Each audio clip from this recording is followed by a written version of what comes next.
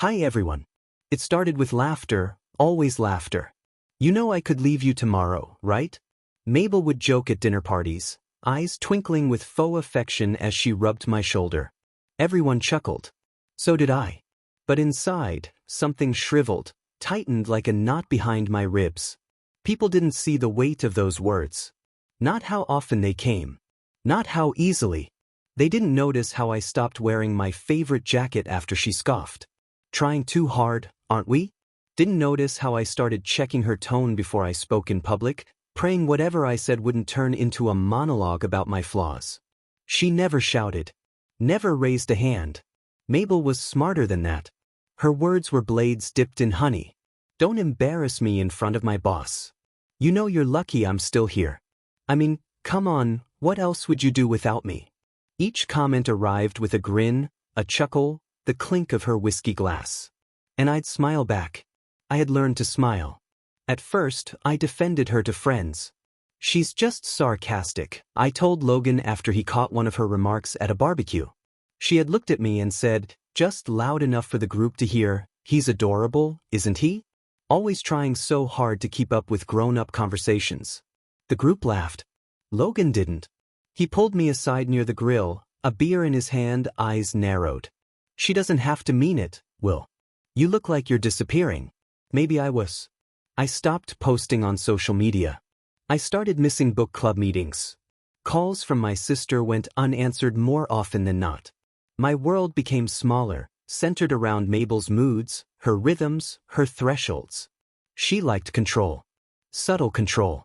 When my mother came to visit, Mabel made sure to remind me how messy I'd left the dinner table. Loudly. When I forgot to pick up the dry cleaning, she'd mutter under her breath, useless. Just loud enough for me to hear. Just soft enough to deny. Still, I convinced myself, this was marriage. Maybe not a fairy tale, but stability. Longevity. At least she didn't cheat.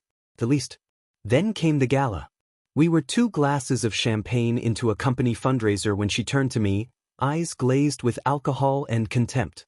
You're just like the rest of them, she muttered under her breath as the CEO walked by. Always wanting more. Always clinging. Needy. My mouth went dry. My face stiffened with the familiar flush of shame. I didn't ask what triggered it. I rarely did anymore. When we got home, she slammed the door and went straight for the liquor cabinet. I followed her with measured steps, poured her another drink, and handed it to her with a smile I had practiced to perfection. You know, I said gently, maybe we should sign something. Just in case. You always joke about leaving, why not make it official? She laughed, a deep, careless laugh that barely disguised the scorn beneath it. You really think I need a prenup to protect my lingerie from you? Besides, I am not leaving you. You are my money-making husband. I handed her a paper I had prepared just for this day. She scribbled her name on it and threw it at me. Go get it notarized if you're that scared. Then she passed out on the couch. She forgot about that document by morning. But I didn't. Logan helped format it. He didn't ask questions. Just looked at me with quiet understanding and handed me a pen. I folded that document and slid it into a fireproof envelope, stored it in the back of a filing cabinet beneath a folder labeled Tax Receipts 2020. Then I emailed a scanned copy to a private email Logan had set up for me years ago, just in case. The next morning, I stood in Logan's office, the fluorescent light buzzing faintly above us, illuminating the sharp edges of a truth I wasn't ready to speak aloud. He stared at the document I handed him, the one Mabel drunkenly signed without reading, without knowing. Did she do this willingly? He asked, eyebrows raised. I nodded, silent. Logan leaned back in his chair, the leather groaning under him. Then he slid on his glasses and began to read. After a few long minutes, he looked up, something between pity and admiration dancing in his eyes. It's elegant, he said, tapping the paper gently. She gave you the knife. You're just deciding when to use it. I sat across from him, my fingers interlaced tightly in my lap. I don't want revenge, I said quietly. I just want to feel safe. You will, he said, but let's reinforce this. Make sure it'll hold if she files first. And we did. He drafted an addendum, adding clarity where there was vagueness, ensuring that if Mabel ever tried to twist the narrative, she'd be trapped by her own arrogance. We included provisions she'd never think to contest: spousal protections, financial splits, evidence of voluntary signing. She wrote her own name, Logan said, pointing to the copy, dated it herself. In her handwriting, no coercion, no pressure, just a smug moment, turned irreversible. I stared at the signature, that looping flourish she always used when trying to look elegant. She'd signed it like it was a joke, a flex. But it wasn't. Not anymore. Logan handed me a flash drive. Encrypted, he said. All of it's on here. Originals, addendum, date logs. If anything happens to the hard copies, this holds up. He slid a printed version across the desk next. You'll want to store this somewhere safe. I nodded and took it, feeling the weight of it more than I expected. It wasn't heavy paper, but it felt like armor. Then he looked at me. Really looked. A grin tugged at the corner of his mouth. It was a look I hadn't seen from him since we were kids, plotting mischief behind the school library. Except this time it wasn't mischief. It was war strategy, and we were playing the long game. I'll hold on to a copy too, he said as I stood to leave, just in case. That night, we had dinner like normal. I asked Mabel about her day. I laughed at her impressions of her coworkers. I cleared the dishes and wiped down the counters while she scrolled on her phone. She didn't notice the way I had started looking at her. Not with fear. Not with anger. But with calculation. Over the next few weeks, something shifted in me. Not visibly. Not dramatically. But I started keeping a journal. Not the pretty kind with quotes on the cover. A plain spiral notebook I tucked beneath my side of the mattress. In it I logged her comments. Her moods. The date she came home at 1:15 a.m. Reeking of perfume and tequila. I wasn't planning anything yet. Not consciously. But that night, at her company's New Year kickoff party, when she told a crowd of new hires, "My husband's hobby is pleasing me," I didn't scream. I excused myself to the restroom, looked at my reflection, and thought, she thinks I'm soft. Breakable. She wasn't wrong. I had been. But I was learning. A few months later, while folding laundry, I found a receipt in her jeans, 2 wine glasses, an expensive hotel room, and strawberries from room service. Dated Valentine's Day. We'd spent it apart. She'd claimed she was out of town for work. I didn't confront her. I scanned it, stored it, logged it. It became a quiet pattern. A private ritual. Evidence, not emotions. At dinner one evening, she said, "If we ever split, you'll be crawling back. You love me like a puppy, you can't live without me." I nodded, poured her another glass of wine, and said, "That's true. Someone will be crawling on their knees." From that point on, I decided that if she wants to hang herself, I will give her the rope. I will be her loyal, trusting husband. She will become careless and will make all the mistakes, and I will be there to document them all. The next day, I returned home to Mabel watching Desperate Housewives, her eyes flicking toward me, then back to the screen. "Dinner's ready," I said. She grunted in acknowledgement, didn't even look up. That was the beginning of my performance. And I played the role of the loyal, obedient husband better than I ever thought I could. I became the man she bragged about. Polished, pleasant, poised. When she made snide comments about my habits in front of friends, I laughed along. When she boasted about her promotion at her company's annual party, I kissed her cheek, raised my glass, and toasted her with a bright smile. Even though I knew she got the job because her supervisor wanted her out of his department, I no longer argued when she was cruel. I complimented her taste in wine, her choice of restaurants, even her new deodorant, though it smelled nothing like the one she wore when we first met. She thought I was softening. What she didn't see was that I was sharpening. Mabel began to relax again, believing the fire in me had burned out. Her behavior grew more careless, more entitled. She started coming home late without excuses, left her phone face up on the counter, messages flashing briefly across the screen from numbers saved without names. I saw one from me. It read, "Tonight. Same hotel." She left for the gym 10 minutes later. I opened our shared laptop, synced her phone's data to my cloud folder, forwarded the screenshots to the private email Logan had set up for me. I didn't cry. I didn't even flinch. Instead, I went to the kitchen and made lasagna, her favorite. She came home to a hot meal and a warmer smile, said it was the best she'd eaten all week. At a barbecue a few weeks later, her best friend Kathy cornered me near the grill, beer sloshing in his solo cup as he gestured animatedly. "She'll fall apart if you leave her, man," she said with a crooked grin. "She's too dependent. You've got it made." I was standing a few feet away, arranging a fruit tray. Didn't flinch then either. Instead, I placed the strawberries in a perfect spiral, one red slice at a time. Mabel joined me moments later, wrapped her arm around my waist, kissed my cheek like she hadn't disappeared the night before without explanation. "You look beautiful today," she said. I smiled. "Thank you, sweetheart." The day after the barbecue, I started recording phone calls. Only the ones that mattered. The quiet conversations. When she slipped up, said too much, laughed too hard at things no loving wife should laugh at. I labeled each file by date. Every audio clip, screenshot, bank statement, stored them meticulously, like fragile glass. It felt like being a spy in my own home. If someone says I was not seeking revenge, they were wrong.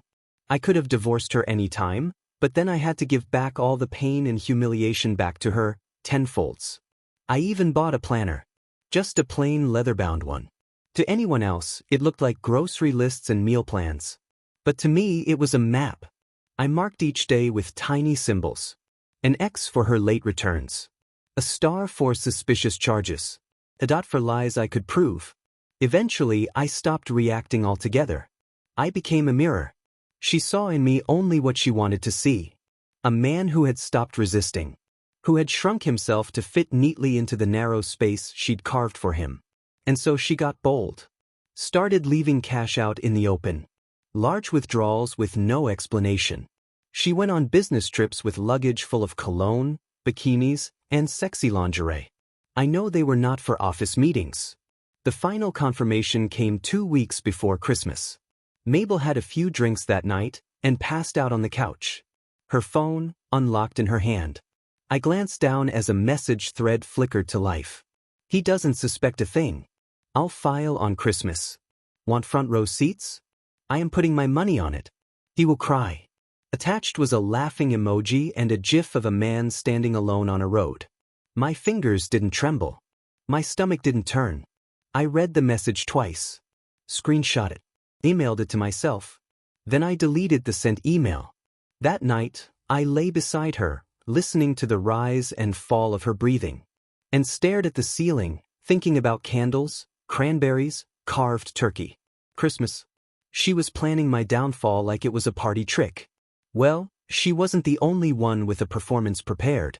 Because she'd forgotten something critical. When you hand someone a knife, you don't get to act surprised when they learn how to wield it. The Christmas table gleamed. Like something out of a magazine, perfect, curated, falsely warm flickering.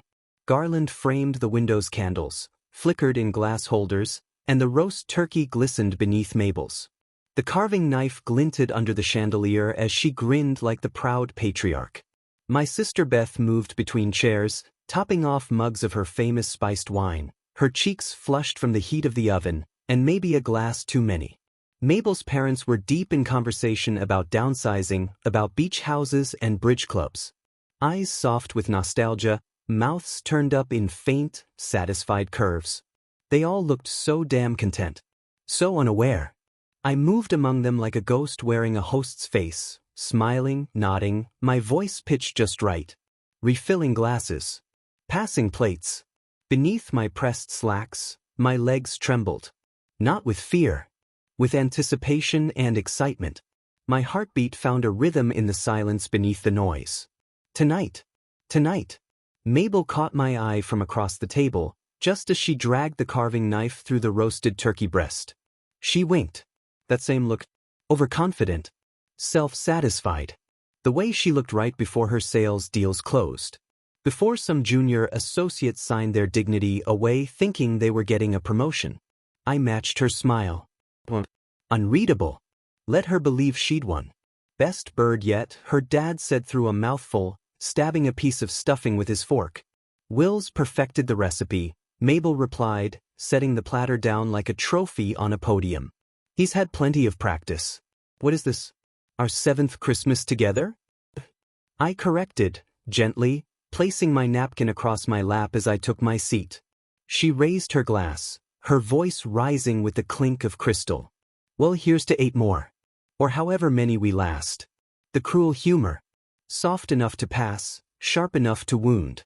Laughter bubbled around the table like champagne. I chuckled too. Brushed a non-existent crumb from my napkin. Plates emptied. Wine settled. The kind of hush came over the room that only good food and just enough alcohol could provide. That's when I saw Kathy. She leaned into Mabel, lips brushing the shell of her ear. Whatever she said was low, but the smirk that spread across Mabel's face was loud. Kathy leaned back, eyes glassy, grinning as if she already knew the punchline. Mabel stood, tapped her glass with the back of her butter knife. All right, she said, her voice high, fake sincere. Before dessert, I have a little something for my lovely husband. I felt Beth's eyes on me. She smiled, genuinely, expecting something sweet. Something like last year's framed photo of us at the Grand Canyon. But Mabel reached into her blazer, pulled out a plain white envelope. No ribbon. No bow. She walked over like a pageant queen crossing a stage to accept a crown. Merry Christmas, babe. She placed it in front of me. Kathy giggled, too loud, too early. No one else laughed. I opened it with calm hands. The table hushed. Even the wine seemed to stop moving in glasses. My eyes moved to the top line. Petition for dissolution of marriage. Already signed. Already filed. Highlighted to. Mabel smiled, like a schoolgirl proud of her homework. I looked up. Her smile widened, waiting for the collapse. The gasp. The wounded plea. So I smiled back.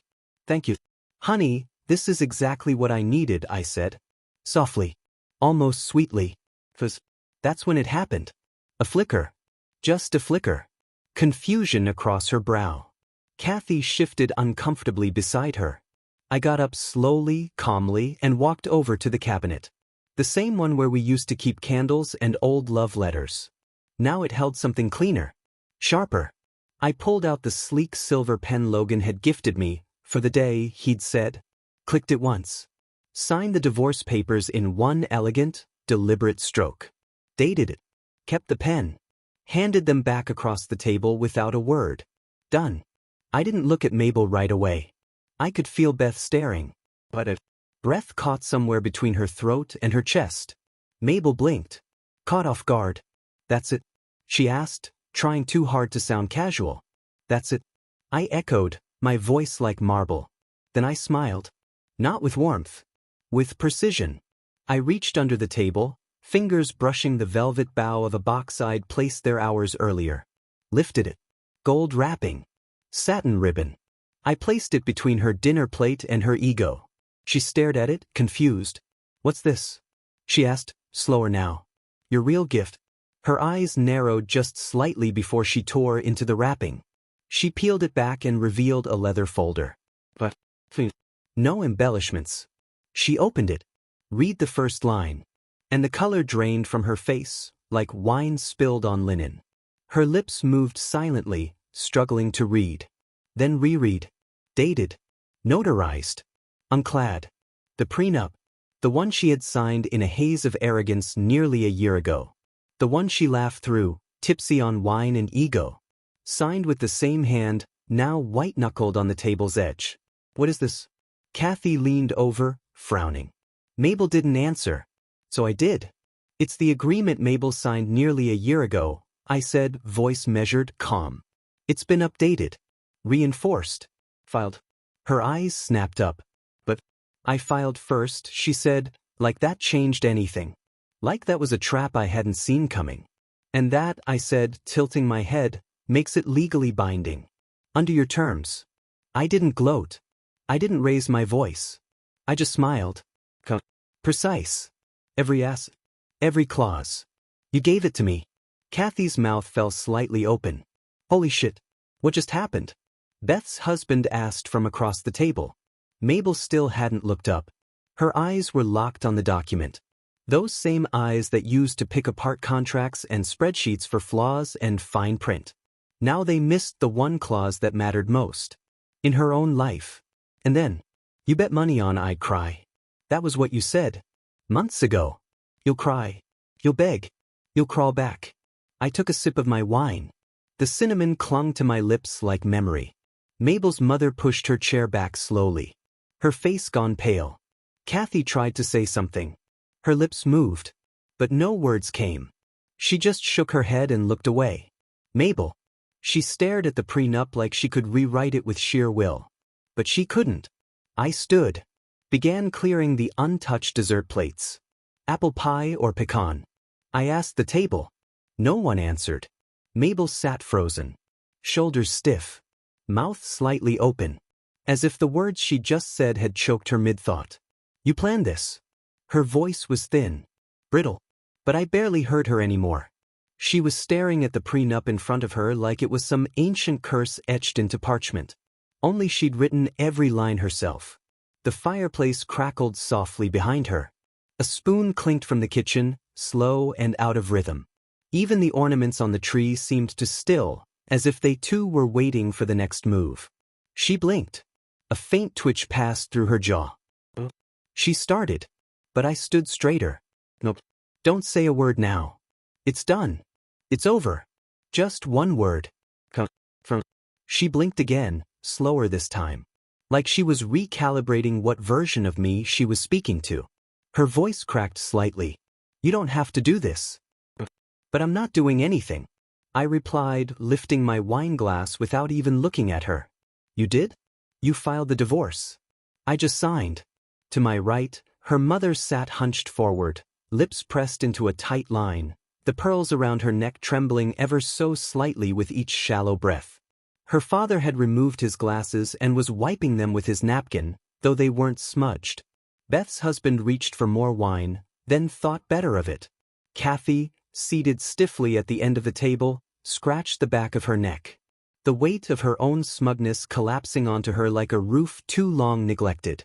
Across from me, my cousin Rachel just stared, spoon frozen midway to her mouth, hovering over untouched sweet potatoes. I let my gaze drift over them all, slowly, deliberately.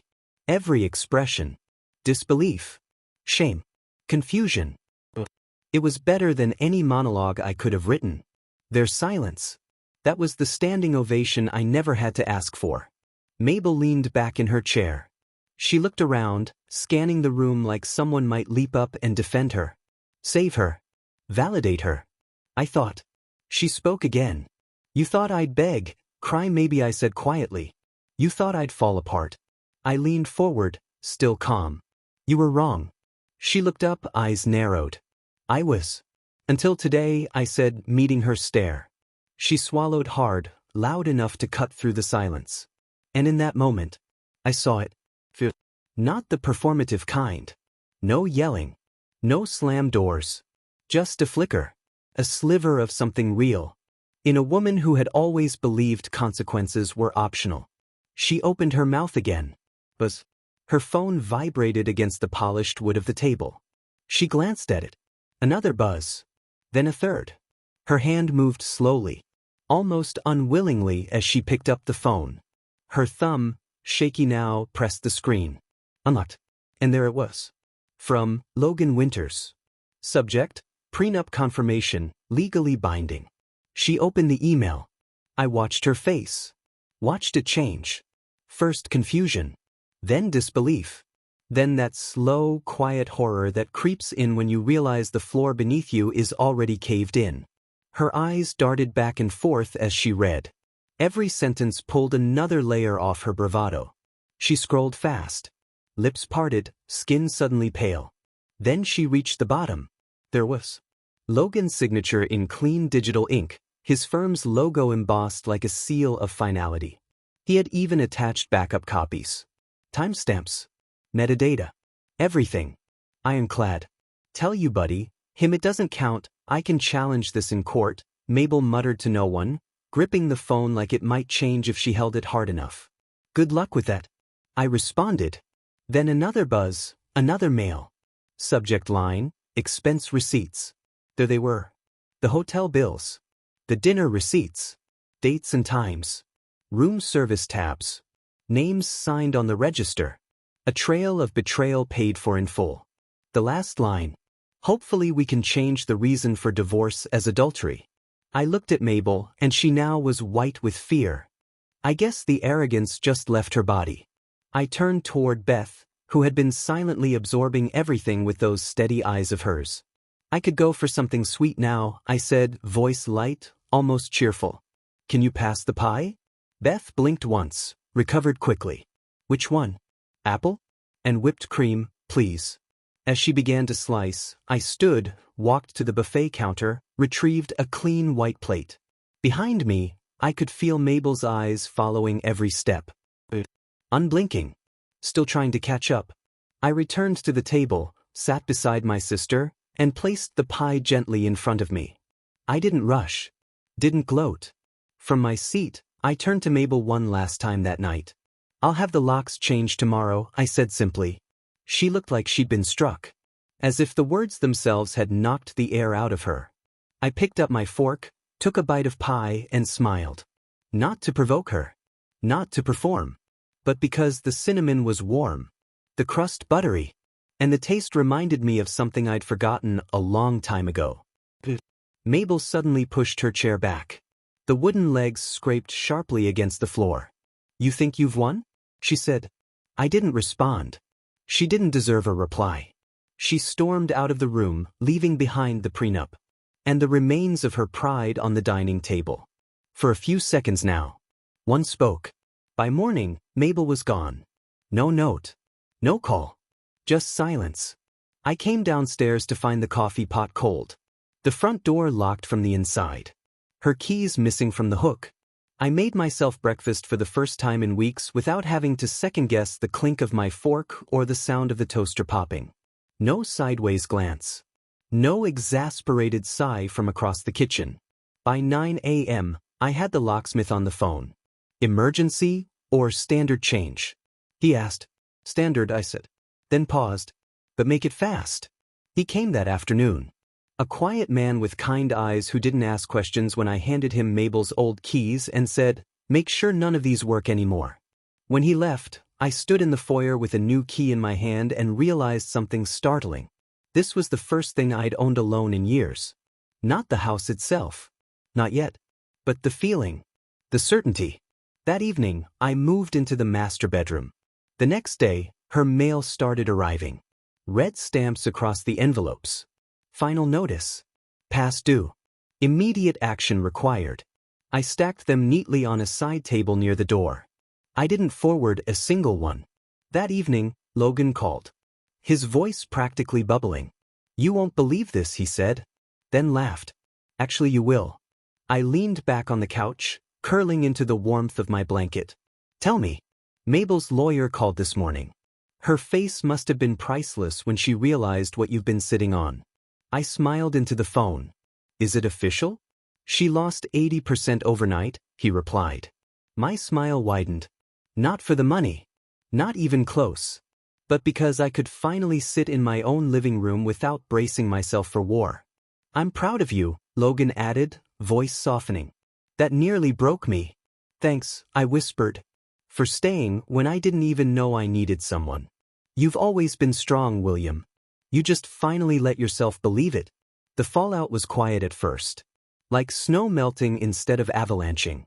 Some friends unfollowed me. Some chose sides. A few sent me cautious texts full of disclaimers. I'm not taking sides, but others were bolder. One message from a woman I hadn't spoken to in 2 years simply read, I wish I had your strength. A bouquet of peonies arrived at my doorstep days later. No name. Just a card about time. Mabel's assistant. Of course she knew. It was only a matter of time before the word spread at Mabel's office. The woman who once made jokes about training husbands like interns suddenly lost her audience. Her best friend Kathy stopped laughing in meetings. The comments stopped. The swagger too. Apparently her team had noticed. She'd been leaving early, muttering under her breath, ignoring deadlines. Later that week, I overheard Beth's husband on the phone with someone. No man. He's been off. Like, haunted. Haunted good. The woman who once said I'd be nothing without her. Now walked alone at lunch. Forgotten. in a world that once cheered for his cruelty. Later, Logan sent me a screenshot. Mabel's firm had removed her name from the quarterly newsletter. I replied with a single thumbs up emoji. It wasn't about revenge anymore. Now, whoever said that is an idiot and he has no idea how good revenge feels. How good it feels to humiliate the people who did wrong to you. The divorce was final after 90 days. As for Mabel's job, it was not long after her meetings were exposed. All thanks to the mail forwarded by me to her HR team. She was let go. She has now moved back with her parents. As for her lovers, they did lose their jobs, but I have nothing against them. They never promised me loyalty or love. Mabel did. Now finally, as for me. I have 2 dogs now, Luna and Max. Oh, did I forget I am dating Kelly. She is a brunette. Hope you liked the story. Dear listeners, please share your thoughts in the comment section below and don't forget to like, share, and subscribe.